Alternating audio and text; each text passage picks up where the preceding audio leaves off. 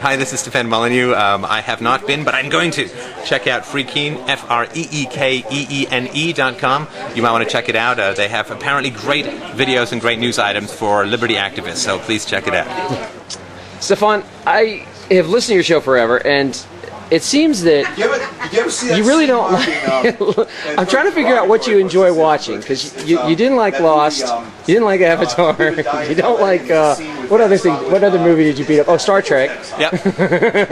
I thought The Wire was pretty good. I think it was an HBO series about drug dealers and cops, and I thought The Wire was good. It was very libertarian in that it showed constant corruption within the police force, and it showed how when they legalized, they unofficially in one season legalized drugs, and crime rate went down, and the neighborhoods became more peaceful, and it was a very strong argument in a very mainstream media for the legalization of drugs. At least not an argument from principle, but an argument from effect, which wasn't too bad. I thought that was good. I don't see a lot of movies these days because I'm a new parent, so I don't get to see that kind of stuff. Burn Notice is fun. I mean, it's complete fluff, and it's absolute brain candy that's given me a cavity in my frontal lobes, but it's very charming, and the guy has a certain kind of code and a certain kind of ethics, and it also says things that libertarians would agree with, like a spy is just a criminal with a piece of paper, a criminal with permission, and so they do talk about the very thin line between government agents and criminals, and I thought that was really well done. So, and that's really about all I've had time to watch these days. Have you noticed that there seems to be, over the last 10 years, a more liberty-based message getting into... It's massive. It's massive, and I've been meaning to do a series about this. The liberty statements that are in mainstream media shows these days are absolutely enormous and unprecedented. If you look back just like 30 or 40 years at Hill Street Blues or something like that, or even further back, you know, I think Andy Griffith played a sheriff in Maybury or something. You know, the cops were always good, always nice, and they were maybe the thin blue line. They were overworked and overextended. But if you compare that to the way that the police are portrayed these days in the media, which is they are barely better than the criminals, it is an incredible transition that has come across. Also, if you look at something like Generation Kill, which portrays, or even there's one about the Pacific that Tom Hanks did recently, which portrays the soldiers as vengeful and murderous and, you know, heroic as well, but you really do see the dark side of war that you wouldn't see in, say, The Longest Day, right? Which was an old film with John Wayne or something playing an American in D-Day. So I think they really do show the underside, the underbelly, the violence of statism. If you look at something like Prison Break. Prison Break has a guy who is trying to get out of prison who's just, and the prison system is unjust. And it openly talks about how the police will plant evidence in order to get people thrown in jail that they dislike. So there's a lot of cynicism, and I think very healthy cynicism in media these days about the police, about politicians. Politicians are almost always portrayed as corrupt. I didn't watch the whole thing, but I watched a little bit of a movie called Date Night. It was pretty bad. I couldn't stomach it. But these, not giving anything away, this is Steve Carell and Tina Fey. They're set upon by a bunch of thugs, and they go to the police, and then the police the thugs are the policemen.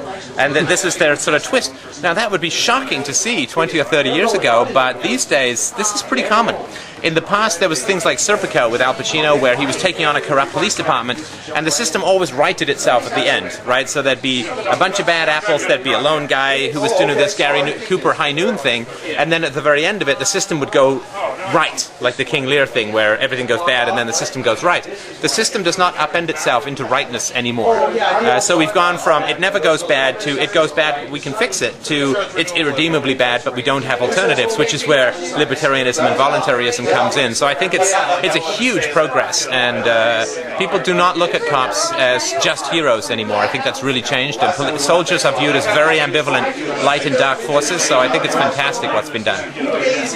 So why do you think that message is starting to get in? That's what the big question is. You think it's a younger population that's bringing it in? Or? There is a younger population. There's much more access to the reality of the state through the internet, through YouTube, police brutality videos and so on, Don't Taste Me Bro, all of that stuff is in effect.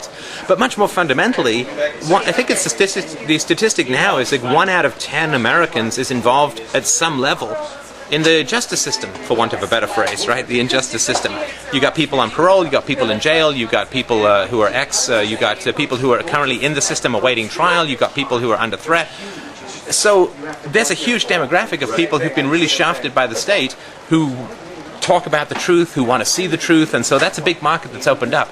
Just because in the US so many more people are being consumed by the justice system, you get much more desire for truth coming out, particularly since the war on drugs, and now in particular with all of the effects that that's had in asset forfeiture and all of the tax crackdowns that have happened. It's only going to get worse, because as the government is running out of money these days, they're going to really start to crack down on taxes, they're going to raise user fees, they're going to try just about everything, you know, like a dying squid attempting to grapple every sailor on the ship. It is trying to get everything which will only raise the sense of injustice, which creates a further demographic requirement for that story to be reflected in the media. So the government, through brutalizing more and more of its population, has set up a demographic very receptive. And you can see this in rap, right? In rap videos, right? There's a demographic incredibly receptive to the corruption of the state. Why? Because they all grow up entirely controlled by the state, right? They in state housing, they go to state schools, their entire neighborhoods are defined by welfare and by the war on drugs. And so in rap, you have a huge, you know, like, we hate the police kind of thing, right? Down with the popos, if I may say so, with a horribly British accent, right? But that is very, very key. That is a demographic that has no faith in the system at all, and that's because the system has been so brutal to them that they've broken out of